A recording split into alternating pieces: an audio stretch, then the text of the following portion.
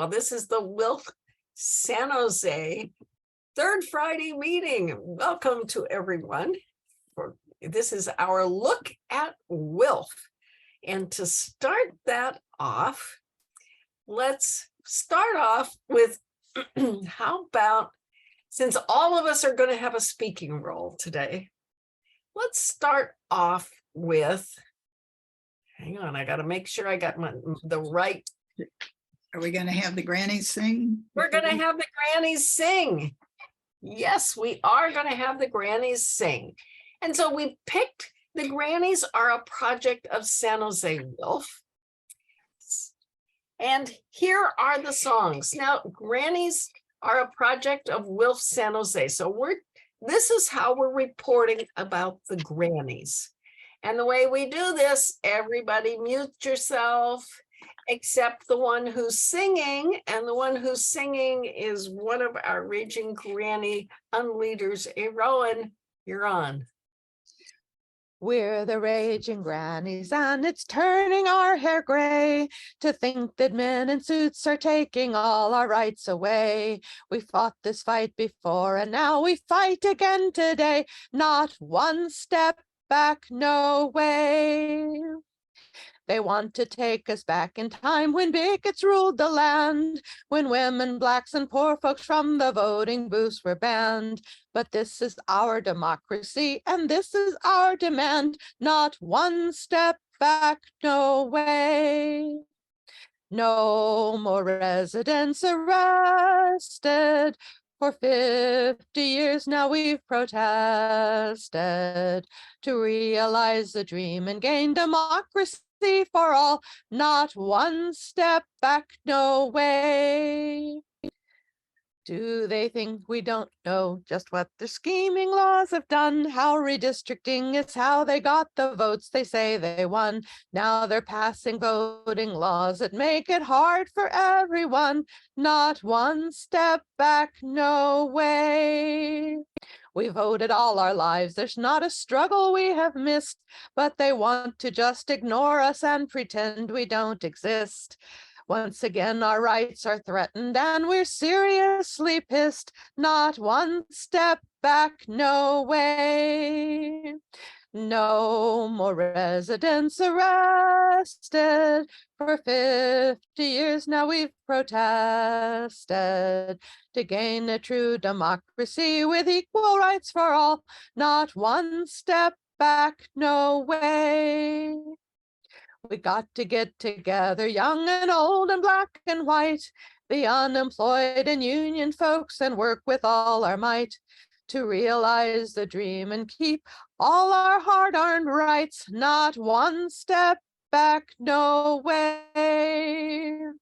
No more residents arrested. For 50 years now we've protested to gain a true democracy with equal rights for all. Not one step back, no way.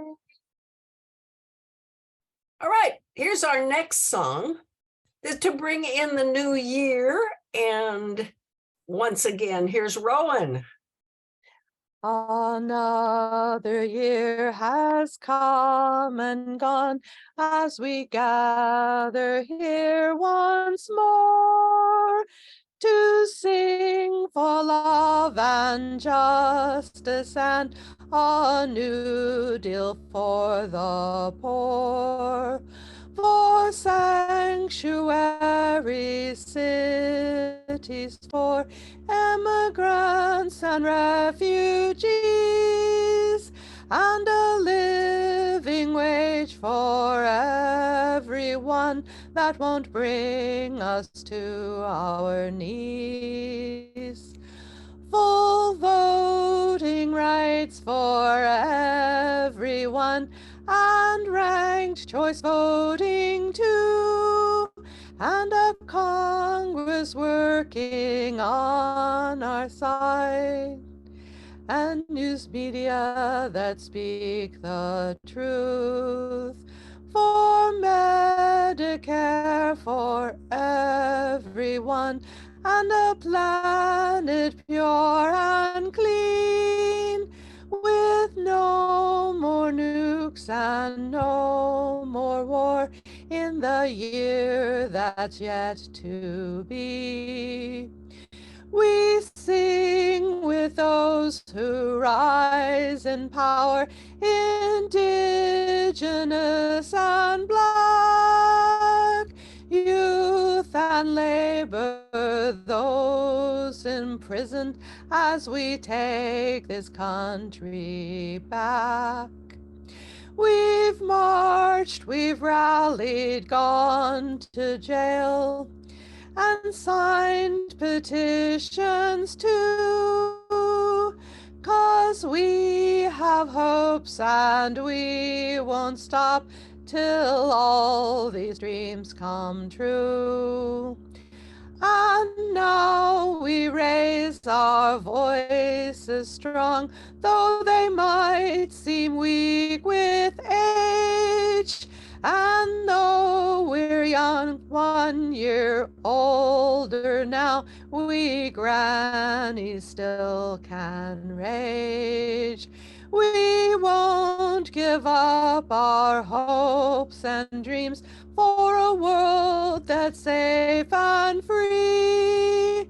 And we won't give up on love and peace in the year that's yet to be. This is a lot of songs, Paula.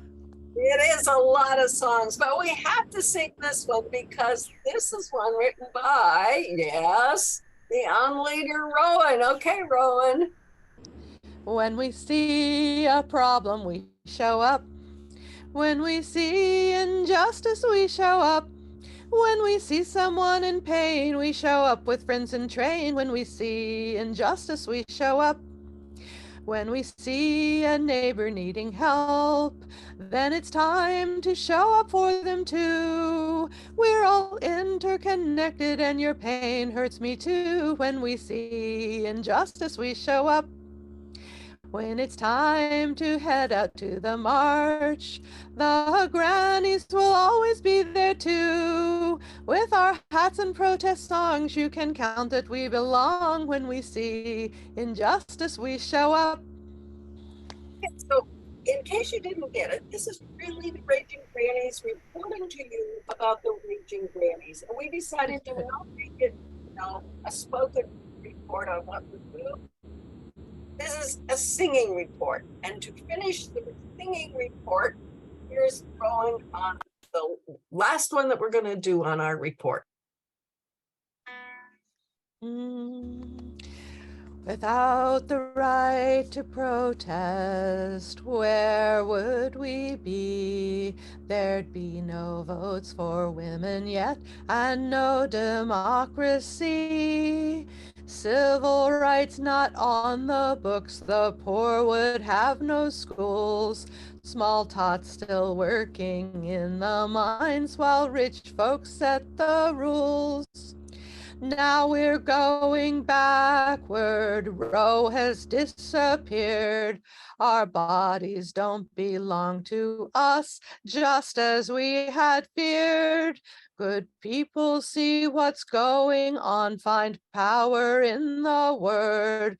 The right to speak for what is right, our right is to be heard. Anyone whose other is wanted out of sight. Protesters are called terrorists who dare to rage with might. Good people see what's going on, find power in the word. The right to speak for what is right. Our right is to be heard. And so we're the Raging Grannies. It's turning our hair gray, but we're still going to be there when the march is called. In summary. Hey, Rowan, that's the report from the Raging Grannies. One of the projects of the San Jose WILPF. Not all grannies are part of WILPF, so this is special that we are part of WILPF. Okay, we have an agenda. We're going to start with the international. This is a look at WILPF. We're going to start at international and then come down to national and then more local activism. And we got a lot of people participating in the local activism, but there is a clip that the international put out, and I think Rowan is going to show that clip. Is that right, Rowan? I'm Sylvie Jacqueline Dormo from Cameroon, a human rights and peace advocate and WILPF International President. From all of us at WILPF, I would like to wish a happy and prosperous new year. The beginning of a new year symbolizes a new beginning. And for this year, we will continue to uphold our dear values and build the WILPF movement together. The strength of our activism comes from working together in harmony and practicing collective decision-making focused on the how. How do we relate with one another? How do we constantly promote synergy? How do we address our differences? In the past year, we have come to realize that assumptions do not resolve issues, but it's through active listening, negotiation, and coming together as one. Let's make 2023 a more inclusive, safer, and peaceful new year. Sending love to each and every one of you in peace and solidarity. I thank you.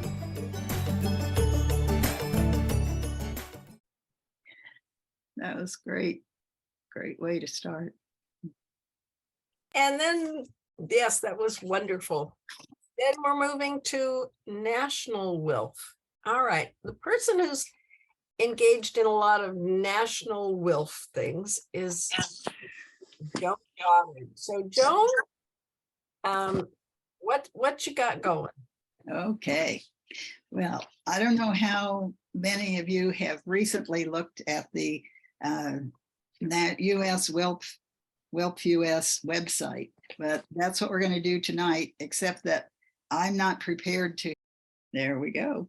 Okay, so now you see up there in the where she's pointing to the news, now she's pointing to our work, and she's going to click on it, and it's going to take us to our work. There we go.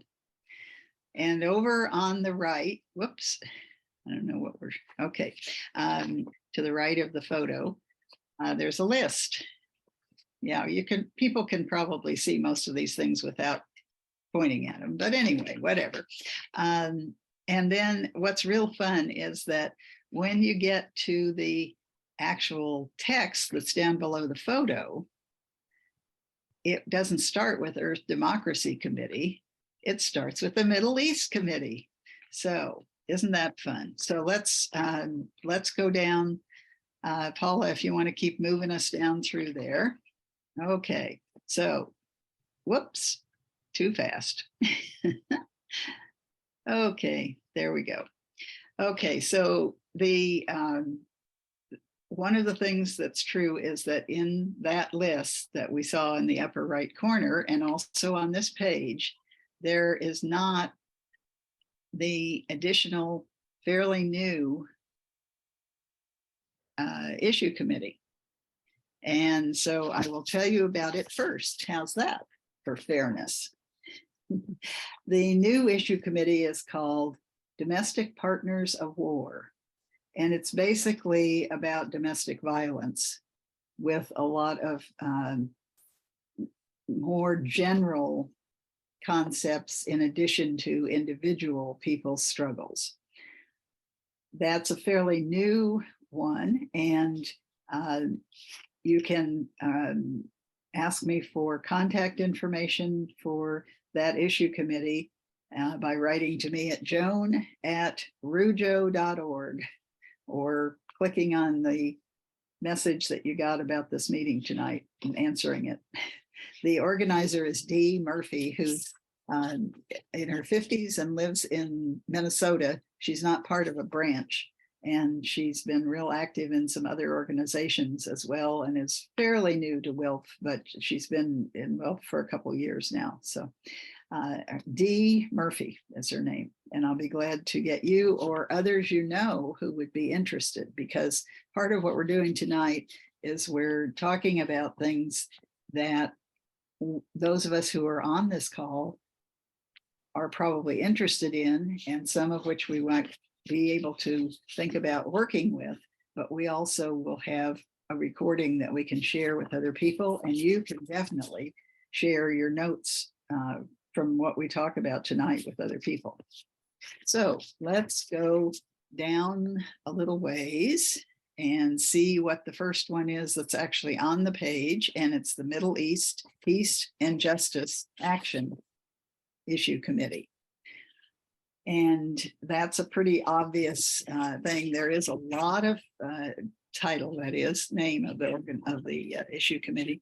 There is a lot of focus on Israel-Palestine, specifically, as it says in the note there.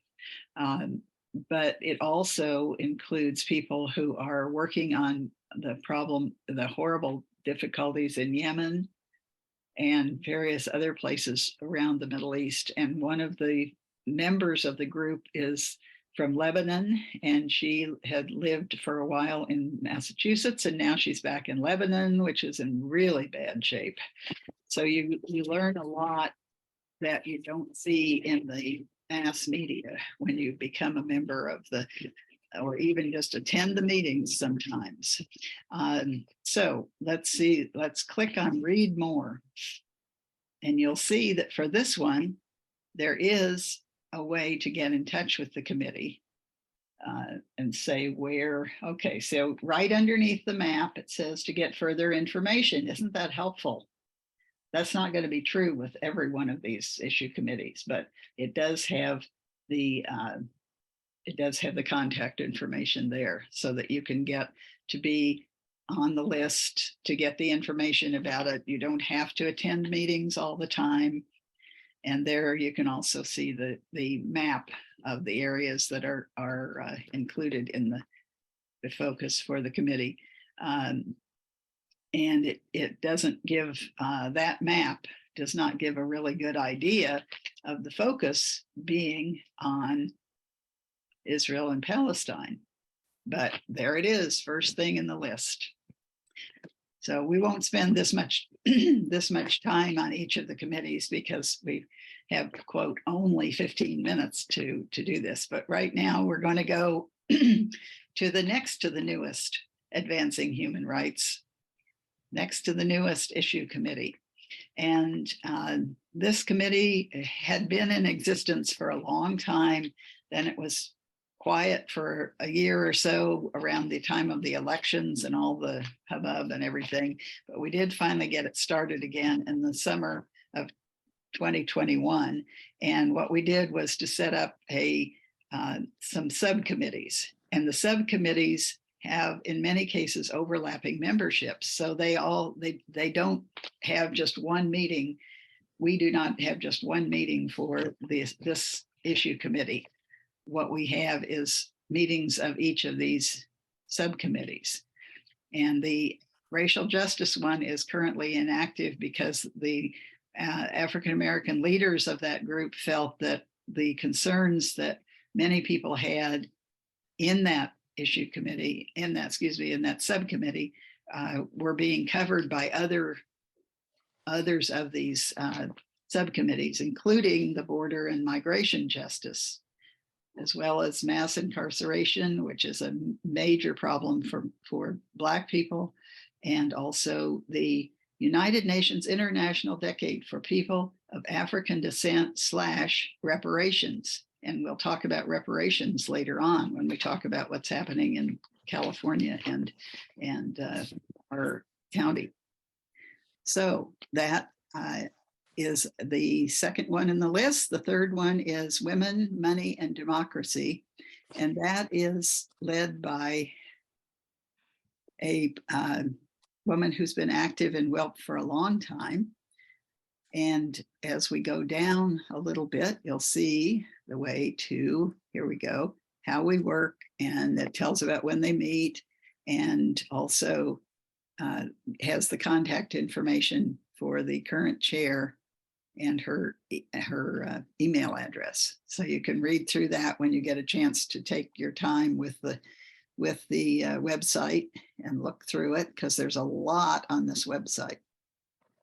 Now that brings me to a point that before we go to the next one of these individual committees, I do want to mention that this website is being modified and brought up to date so that it will be able to function better.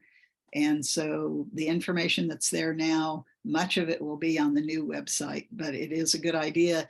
Don't waste your time getting to this, because you want to read these things now and know what it says, and then get, tell your friends and relatives about it and see what they're interested in getting involved with also. The Cuba and the Bolivarian Alliance Committee is led by a couple of wonderful women whose names are right there where the arrow is. And Lenny is in the Fresno area. And Cindy is in the, I think it's the Seattle area. So there are West Coasters here, and they have lots of connections with other organizations working on the problem of the U.S. Blockade of Cuba, which is horrible, and as probably most of you know, but you'll learn a lot if you get involved with this committee.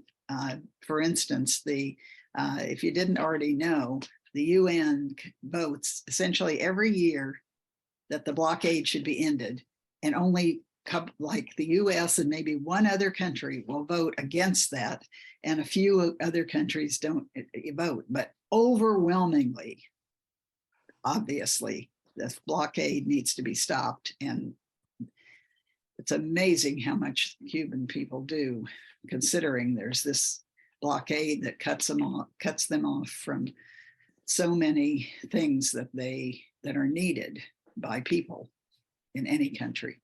You recognize the Israel voice? votes against them. That is Joan Goddard. Yep. Israel votes along with the United States to keep the blockade going. So it's always Israel. Yeah. Yep. Okay. So the next one, as the arrow is indicating, is the Disarm End Wars Committee. Yes. Which is the reason it's titled that way is partly because it's a combination of two issue committees that existed, 5 or more years ago, and then they combined. And again, if you'd like to be on the calls, with or without being a member of the committee, but hopefully becoming a member of the committee, which does not, these committees are large groups, and they have, they have listservs that are set up so that people can communicate. And recently, the Disarm Committee has divided its listserv so that there's a listserv that's for committee business, which includes anybody who wants to be on the committee, and also a separate discussion listserv for disarm, end wars subject matter. And so it is possible to, the reason that we divided that into two listservs is because there were so many things that people were, wonderful articles, very informative, and discussions and so on that were taking place, but they didn't have quite the same kind of deadlines sometimes that the business part of the listserv was supposed to be taken care of. So they divided it into two, and that way we can, if we're getting a business one, we can focus on the business, and otherwise we can focus on the information. So Joan, this is the Yes. 30-second warning. Okay, very good, because we're getting to the end here. Whoops, we're back there. Okay, I did want to mention this, the practicum The Earth Democracy, did I talk about that? I don't know.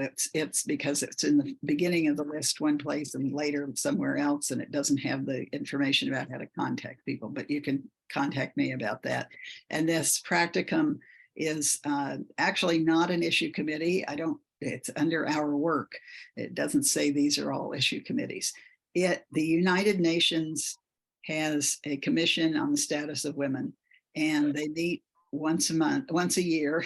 And these two things, which are really separate, where the ampersand is, the practicum in advocacy and the local to global, are two separate things. The practicum is for college students. The local to global is mostly for members of WILPF groups, for US WILPF members. So you can read this and find out more yourself. Don't know whether there's anything else I wanted to mention. I think we've covered it all of what I thought would be a good idea to encourage you. The WILPFUS.org website is very easy to remember. So use the thing and go and explore and read, and then ask me questions. And in case you don't have, and you all, I think, have my email address, but I'm putting it in there, so it'll be right next to where the WILPF US one is. Joan, thanks for that walk through the website. It's nice to get to do that, to see what's there. Yeah, that's just one section of it. There's more. That's our work. Yeah, that's what we're talking about tonight is our work. And then Rowan does some work locally and at the state level with the Poor People's Campaign. And I'm hoping Rowan is here. You're there, Rowan? Yes. I'm here. Okay. So there's lots of things coming up with the Poor People's Campaign. WILPF and the Poor People's Campaign are still national partners, but when Dorothy Van Soest had some health issues, our committee, or no, the one after her. Anyway, we don't have a WILPF or BPC committee anymore. As far as I can tell, it's defunct. So that's of course not going to stop me. I'm on the state coordinating committee for the Poor People's Campaign. So but it's all WILPF's fault that I got involved with the Poor People's Campaign, because y'all said in 2019, you should go to this moral Congress thing. They're trying to get WILPF people to go. And I'm like, okay, sure. And so I got hooked on the Poor People's Campaign by WILPF encouraging me to go. So we've just started a really cool thing in California called the Close the Wealth Gap, CA bang, exclamation point. The Close the Wealth Gap campaign. It calls on our public and elected officials to end the policy violence that is making people poor and destroying the environment. It builds on the broader vision of our third Reconstruction agenda, which supports the development of a nation that centers on the 140 million Americans who are policy poor and low wealth. And so we're planning various actions. There's a weekly meeting on Wednesdays that's a drop-in meeting. If you're interested in knowing where things stand with the Poor People's Campaign, Close the Wealth Gap, you can drop in on those. Or you can get really involved and go every week or something. I don't know. And we're also doing, you remember we did the Everybody's Got a Right to Live banners where everybody held up a letter, and I got letters from some of y'all. Well, we're doing a Close the Wealth Gap California banner, and we need letters again. And I'll send the links to Joan for the follow-up on that, how you can sign up for a letter and more about what we're doing. But that's the big thing that's going to be going on in California this year. There will, however, at national be another Moral Congress like the one I went to in 2019 in June on the summer solstice weekend. That they don't know exactly when. Oh, and I meant to I will put it in the chat, a link to the California Poor People's Campaign has an excellent weekly newsletter. And it's archived on the national website. So if you don't have a subscription to it, which I, of course, think you should, you can always go check out what's going on in California by coming to the national website and reading the latest newsletter. Yeah, so that's about all. Make letters for me, get involved and close the wealth gap. And Barbara Lee is going to reintroduce the third Reconstruction Resolution to the House. And so we will then once again be asking our elected representatives to sign on, which, for instance, Nancy Pelosi did not do to the last one, so as soon as it's reintroduced, I'm back on the streets around that one. Okay, so that's what WILPF is doing at the state level. And actually, at the local level, because both Joan and Rowan are active, locally also. But there are a whole bunch of us that are doing activism. And so I'd love to give everybody a chance to talk about what they're doing. And, how it doesn't have to be WILPF related. It needs some kind of activism. And let me do it in this order. So Penny, will you be willing to go first? And then we'll ask Shirley, and then Donna, and then Kathy. And let's hear, what, if you can do it in 5 minutes, that would be wonderful. And I'll kind of give you a 1 minute warning, but just tell us what you're doing that is your activism. So Penny, what are you doing? Well, I volunteer for the Red Cross, and I work on the disaster action team where I am a duty officer. Usually that's what I do, but I also sometimes work in the Red Cross shelters. If there is a disaster in a certain area, they may open up a Red Cross shelter, such as we've had so much rain and really some very serious flooding in some places. So I signed up to work in a shelter and kind of thought, well, it'll probably never open, because sometimes I sign up for them and they don't open. But this one actually opened. So they called me and I signed up for 2 shifts. And I only did 2 shifts. I signed up for more, but they didn't call me for any more.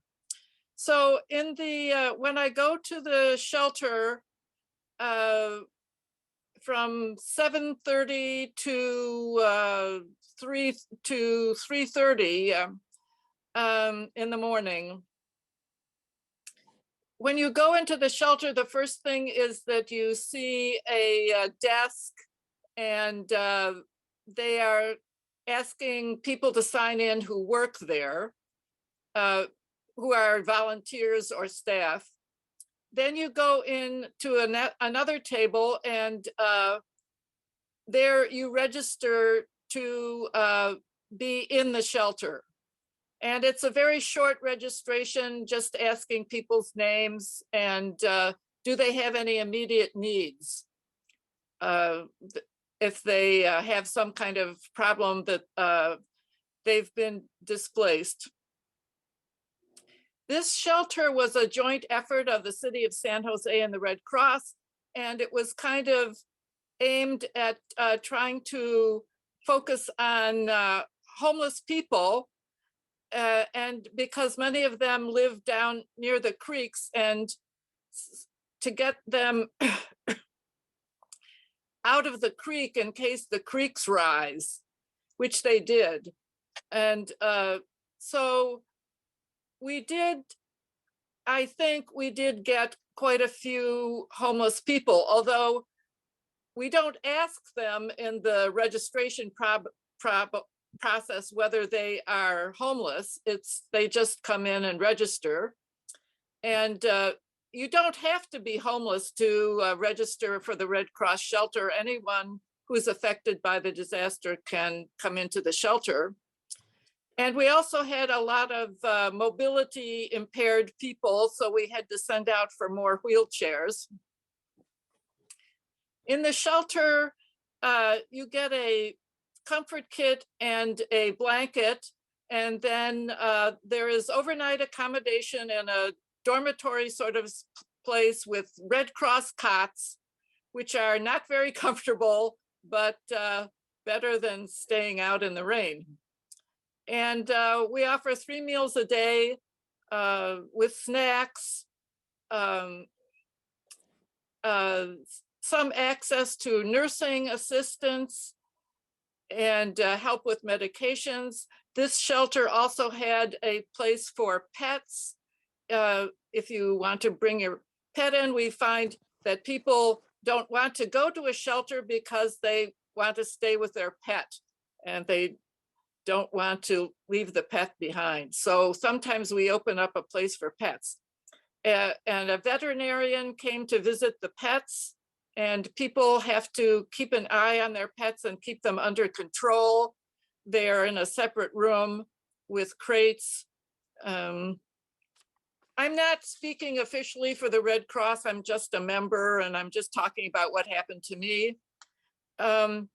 One issue one could discuss is, should the Red Cross even work with homeless people? Because usually we just work with people who are affected by a disaster, not for an ongoing living situation. And are we really qualified to do that? I don't know.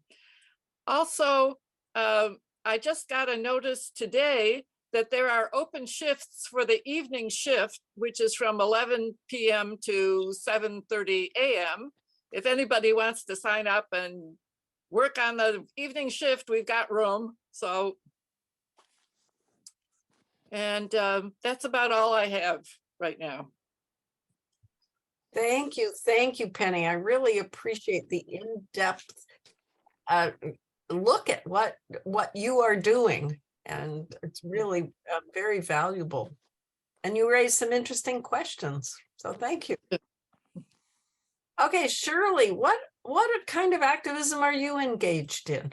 Okay, but I just want to say, as far as the Red Cross, I noticed that there was an announcement that they desperately need blood donors, because there's a real shortage with the impact on the hospitals and all the patients coming in and the bad weather that has made it very difficult. So I think that's a little easier to do than staying overnight in a shelter with homeless people.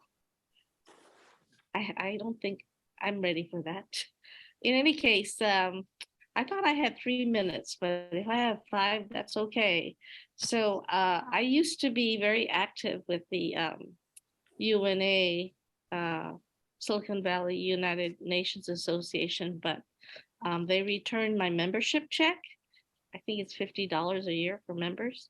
And they didn't explain why they returned my check and say I'm no longer a member. So I'm not so busy with the UN anymore. I asked the president, Rebecca Benter, about it, and she said, I'll check on it.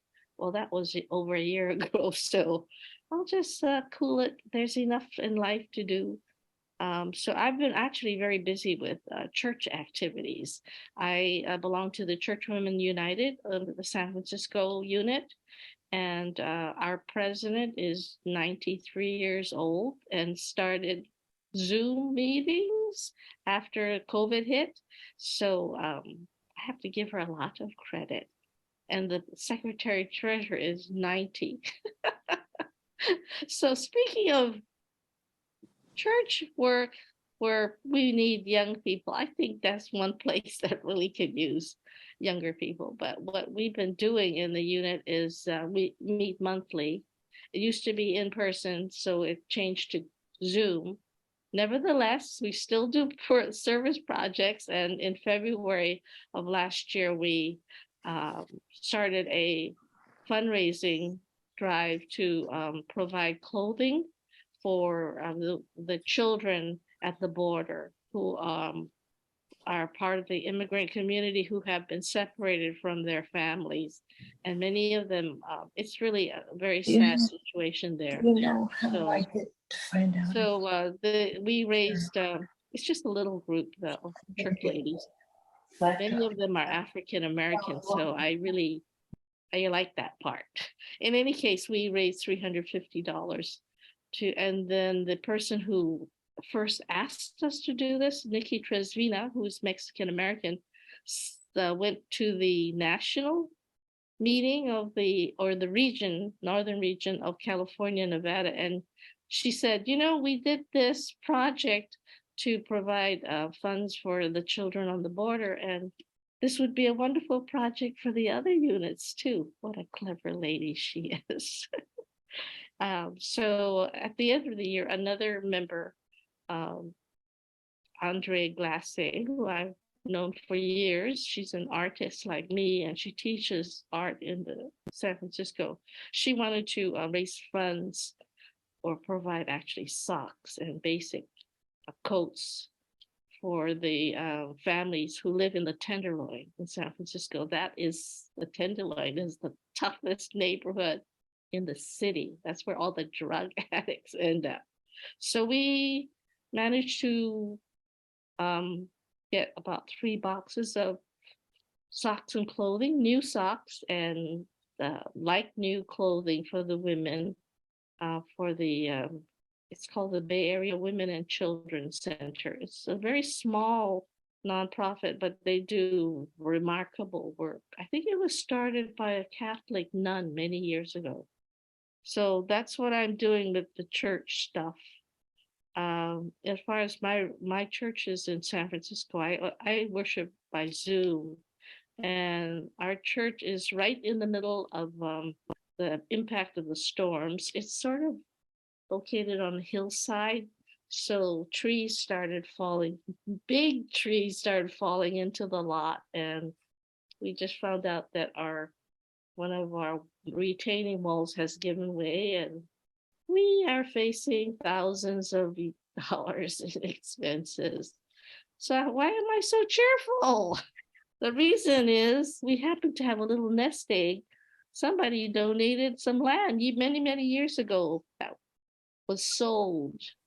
And the money that was sold is now in our bank account. So we have money to pay for all these storm damage. And in the meantime, they have again started, the church is trying to donate the land to the city of San Francisco to provide affordable housing.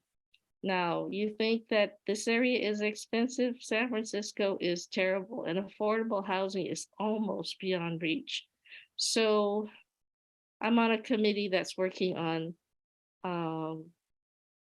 there's a bill, SB 35, that expedites the whole process. And one of the issues is that the church I go to, Forest Hill Christian Church, is in a very upscale, Tony area. And the neighbors just hate the thought of people who live in affordable housing. They actually went to meetings and yelled at the church members saying, you're bringing in sexual perverts. You're bringing in the lowest scum of the earth. I mean, Shirley, thank you so much for sharing with us what you're doing with your other groups, and the service and the fundraising and dealing with immigrant children. So that's Shirley's activism. Thanks, Shirley, for giving us that in-depth look. Yeah. Donna, what are you doing? So I'm active with the Leonard Peltier support group of Silicon Valley. So the campaign right now is to get as many people as possible to contact President Biden on a daily basis, calling him to tell him to commute Leonard Peltier's sentence. They're also asking people to contact our own legislators to put pressure on them, to put pressure on Biden to commute his sentence. So Leonard Peltier is 78 years old. He's been in prison for 46 years and for over 46 years, and he's innocent. And just recently, a former FBI agent who was working on the whole thing of keeping him in prison has said, I think her last name is Crowley, Crowley. So it came out today, and that she says that Leonard should go free. Also recently got active with a coalition to free Rochelle McGee. Rochelle McGee has been in prison for over 59 years. He's 83 years old. He's in Vacaville now. He's basically an innocent man. And he's been in prison almost since he was 16 years old, when he was first sent to Angola prison in Louisiana for dating a white woman. And that's the reason he was sent to prison in Angola. So we're trying to get Governor Newsom to commute his sentence, and we're trying to find an attorney. We might have found an attorney, local attorney, to work also to pressure DA Jeff Rosen to drop the charges against Rochelle McGee, and also put pressure on Governor Newsom to commute his sentence. So the sentence he's still being locked up for is simple kidnap. So it's really time that he gets to go home. And I put in the chat the different websites for the different things I'm working on. I recently joined the 500 Mile Spirit Runners. So they do runs, they do group runs, I think once a month, in different parts of the Bay Area. And but their message is all life is sacred. That's their message that they run with. And they're very spiritual. It's not about a competition. But then in June, they do this 500-mile run in California that goes through the desert and up into the mountains. And it's a relay run. So everybody doesn't run the whole thing, but people run distances, and then new runners join. And then, but it's a relay that they keep on running over the 5-day period. And it's the California Trail of Tears that they run. So I would not run in that race because I can't take 5 days off of work. But we'll see if I can even start running with them, because I think my body's not quite in shape for that. I also do, I sometimes get to video talks and events that different people in different groups here in San Jose do. So I get to soon do the video film, the talk that Joan Simon is organizing for I think for the veterans, some kind of thing regarding veterans. I think it's coming up on the 28th. And so sometimes I get to film, sometimes in addition to filming, I get to edit the video. So I guess I talked enough. Thank you, Donna. The one for Leonard Peltier, if you look up the White House comment line, if you call that comment line, please, if you can do. But check out the different websites I put up there. I think you'll find them interesting. Please. All right, you came right in, 30 seconds to go. You got any last words? Okay, thank you, Donna, for telling us about freeing Leonard Peltier, Rochelle Mazel, Rochelle McGee. McGee. Oh, I can't read my own writing. And the 500-mile Spirit Runners, the California Trail of Tears. Wow. All right, and we have Kathy. Okay, Kathy, what kind of activism are you engaged in? Well, first, I'm delighted to be on the call and to see some old friends, Joan and Shirley, I know pretty well. I used to live in San Jose.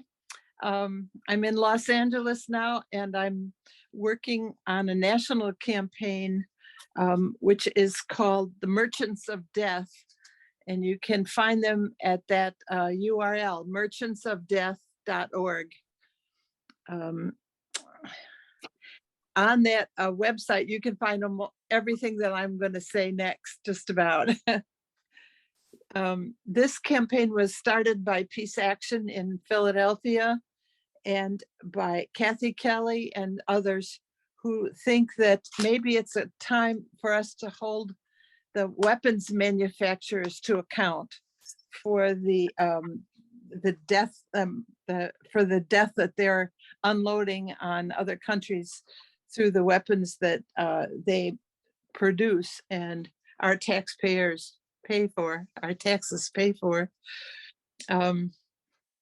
This is what they want to do, have a war crimes tribunal in November and put on trial then 4 large defense contractors, Boeing, Raytheon, Lockheed Martin, and General Atomics.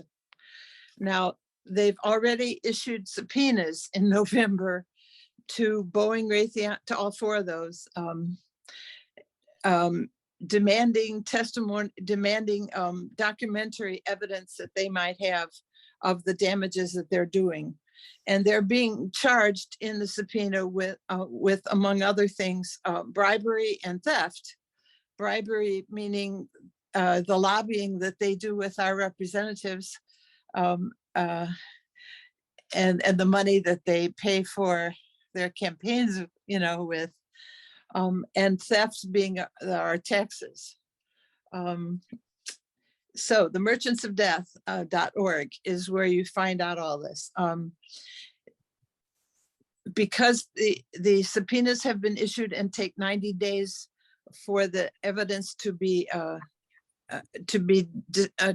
turned in, by February 10th, they will all be in contempt because we don't really expect them to honor this subpoena. It's symbolic. But when they don't cooperate with us, we are going to have another day on which we rally and issue criteria. What is this? Contempt citations because they will be in contempt of the subpoenas issued by the people. The contempt, the day of that is February 10th. So on February 14th in DC, they're going back to Raytheon where they're going to hold they're going to issue the contempt subpoena, and it's not a subpoena. They're going to issue that to Raytheon and the other companies, and they're going to have a press conference. And where do we come in? In California, General Atomics is the 4th company, and it's in San Diego. So they make the drones, and the drones get weaponized and do tremendous damage to mainly civilians, I think. So we're going to issue the contempt citation to General Atomics on February 14th in San Diego. And you may know a little bit about the Peace Resource Center in San Diego, but they're helping a lot with this. And if there are any WILPF members in San Diego that want something to do, we'll go and tell them to have a heart and stop producing these weapons and sending them, selling them to all sides in all conflicts all over the world, because we know there's a terrible one in Ukraine, but there's others going on at the same time. So that's what I've gotten involved in lately. Contact Essie Baradar. She lives in San Diego and she's a WILPF member. Yes. Excellent. Excellent. Essie was going to be on our meeting tonight, but Essie's not here. So hopefully she's okay. Kathy, I can send you her address. Thank you. Essie, right? Essie. Yes. She's okay. Thank you, Joan. Thank you. Thank you, Kathy, for telling us about the merchantsofdeath.org. I hope everybody got that. And with the strategy of putting weapon manufacturers on trial. Right. There are all kinds of strategies to get peace to happen. If If Essie were here, we would ask Essie what she's doing. If Amy were here, we would ask Amy about clean money. Alas, so let me tell, if Nancy would hear, Nancy Truher of the Raging Grannies, I would ask her about the Climate Change Book Club. But since I attend the Climate Change Book Club, let me just tell you briefly that Nancy leads and has for the last 7 years a book club focused on climate change books. And it's open to everyone. We used to meet in person at the Palo Alto Mitchell Park Library. Now it's on Zoom, so you can anywhere. And Nancy has a science background, and she she looks for books, and then we have discussions, 90-minute discussions, and it's on the third Thursday at 10:30, from 10:30 to noon every month. So if you're interested in really looking at climate change from the perspective of reading some really interesting and sometimes really hard books, you can email me and I will put you in touch with Nancy. So that's what Nancy's doing. Now, what I am doing in my activism, let me put my timer on, so fair what's goose. So what I'm working on is one of the projects. I attended Nancy's Climate Change Book Club, but I also work with another group to provide some assistance for Grace Solutions, which has had a shelter at Grace Baptist Church in downtown San Jose. As of last June, with political issues looming, the shelter was closed, but they still provide services. So people aren't staying the night there, which if you can just imagine, they're not staying the night there, but it's a drop-in center. And the city contributed to making their showers ADA compliant. So the city is really eager to get that shelter back open. And the shelter manager is Phil Mastrocola, and he is working with the city, and he's working with Grace to get the shelter back open. When it's open, it has room for pre-COVID. Pre-COVID, it's 60. During COVID, 30 people.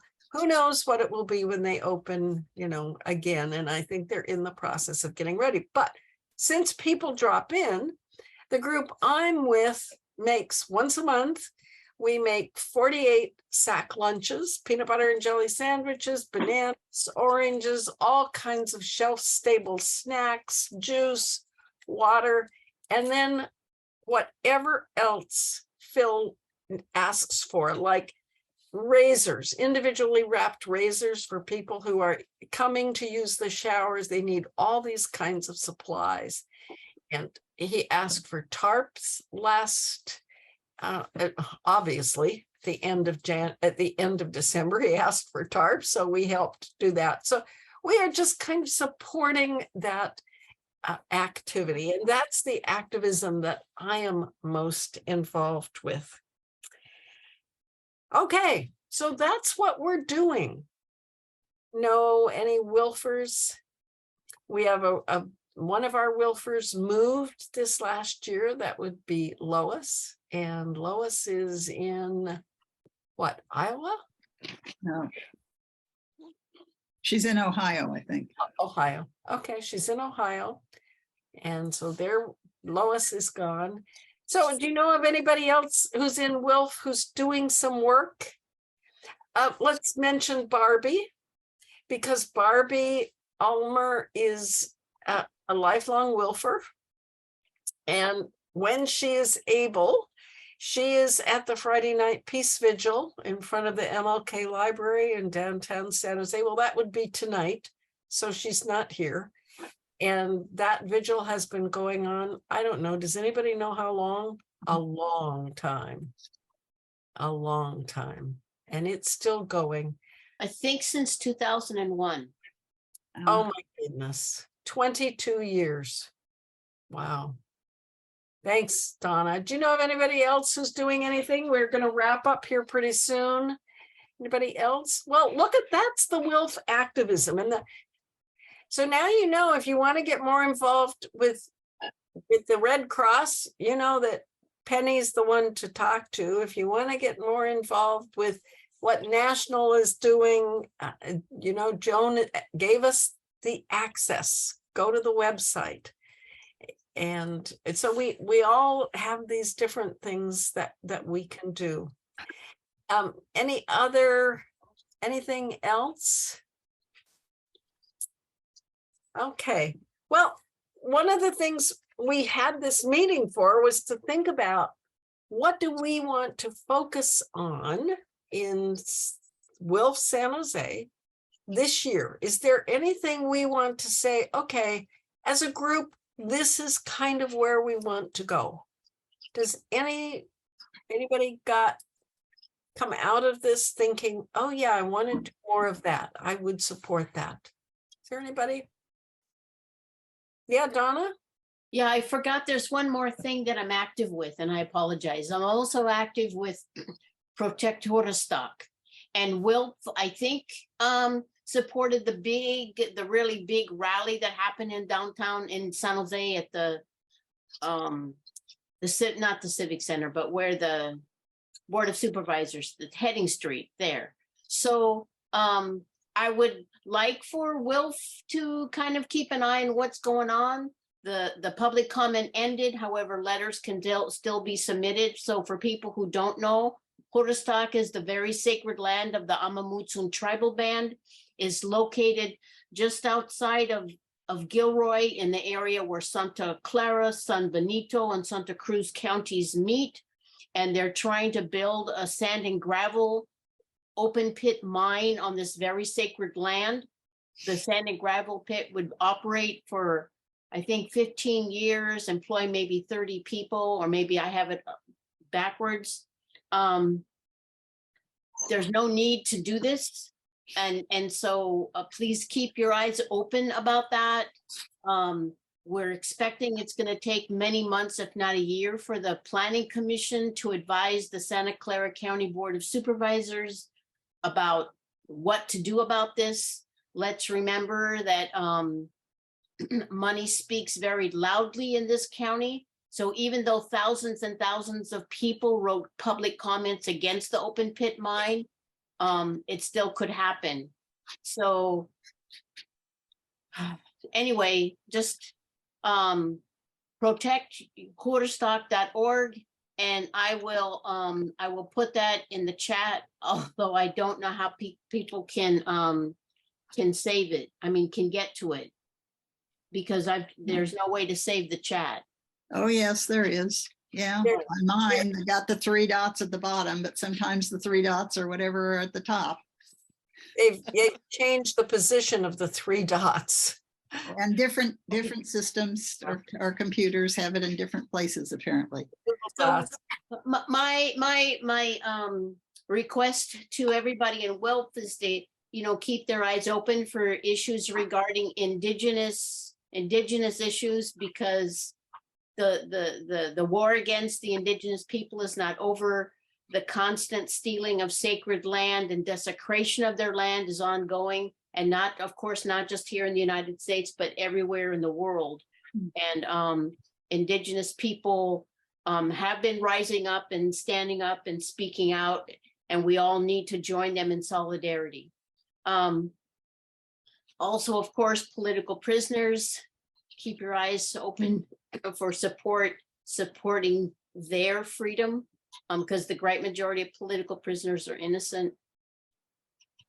And close Guantanamo. And definitely close Guantanamo.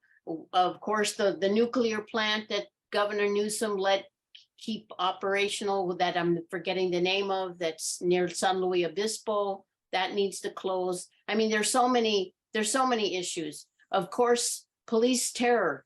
We've got to hold police accountable. That I heard on the news on KPFA, 3 people were murdered by Los Angeles police within a 2-day period just now, right? We're just into the new year, and now 3 people are dead who they were not committing any crimes whatsoever.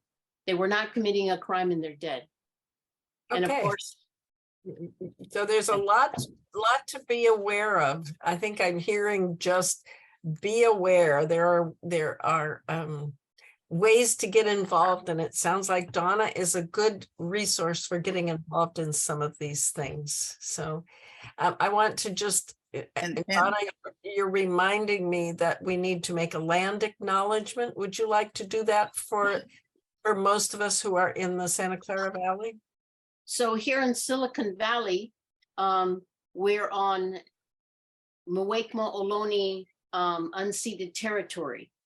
And the Muwekma Ohlone tribe are trying to get recognition, federal recognition for themselves. Because with federal recognition, then they have some standing in Right. court. They have standing to demand things that without that recognition, they have nothing. Yeah. They're as if they are invisible.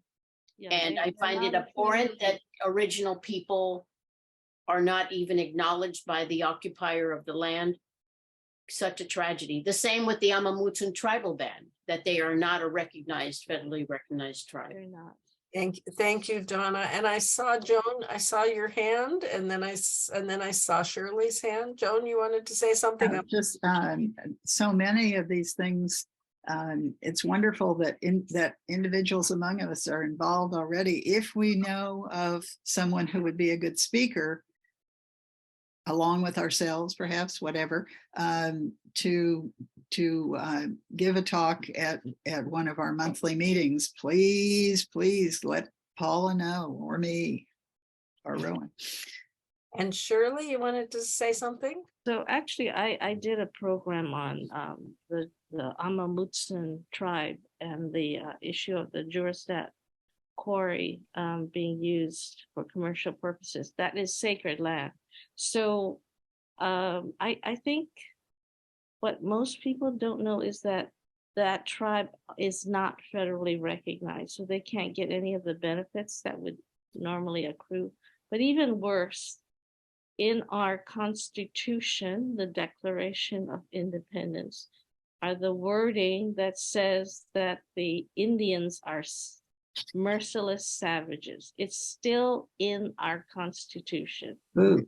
This is completely unbelievable that we would still have that and not scratch it from our legal And basis of our government. also in the Constitution is the doctrine of discovery.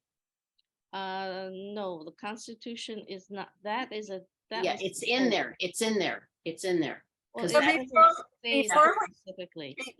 Before we get off down into a deeper issue, I want to bring us back up to the level of what we're looking at, the upper level, not the details of the things.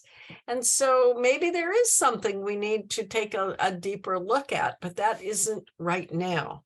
And so let's, because we have 7 minutes left. And in those 7 minutes, we need to do a couple of things. We need some announcements of what people have announcements of things that are coming up. And we need to we close out always with our Raging Grannies. And we have 2 songs, and one of them is When We Make Peace. And I'm going to ask Shirley if she'll do that one when I share the screen. And so what about announcements? Anybody got some announcements of what's coming up that you know about that needs attention? Immediate action? There's going to be an event on Haiti and the Philippines. And I think it's a Zoom event, but I can't get to my email to access it. I think it's on the same day that Joan Simon is having her event with the 2 speakers regarding the veterans. But I think it's a Zoom event so that you don't have to physically be there. And I've got the information about that, Donna, so I've made a note to send it out along with the information that you're talking about, the other program. Okay, thank you. Yeah, thank you. So there's things to be engaged in at the very local level, and there's things to be engaged in at the national level, all those committees that Joan talked about. And then at the international committee, remember what our international president said. This is the year of focusing on how and how to be together, with more active listening, and to be inclusive so we have a safer world. So that's a good thing to kind of remember. Be inclusive, how we want to be together, how we want to be with each other. So any other announcements about things that are coming up before we do our Raging Grannies closing of the meeting? There will be a meeting on the third Friday. It happens to be President's Day weekend. I don't know what that means to others, but it's February 17th, Friday, February 17th. So if you have a speaker, or you are a speaker, you know, on a topic of interest to WILPF, the three people who sort of are coordinating all these things are Joan and Rowan and me. So those are the people to be in touch with. So that we're not always looking at our own, you know, inner structure, which is we've been doing tonight. Shirley? If you would like to have a program on the Amamutsan tribe and their efforts to protect their sacred lands, I have contacts. One of them is Colleen Cabot from, I think she's a Unitarian church. Yes. Yes, she's with the Unitarian, and she's been active with the group since at least 2018, 2019. Yeah, so she and another, I'm sorry, I forgot his name. I think it was Steve. But they have done presentations. They have a really nice presentation about the tribe and their efforts. So Great. Okay, Shirley, we'll follow up with you on that one. We'll follow up.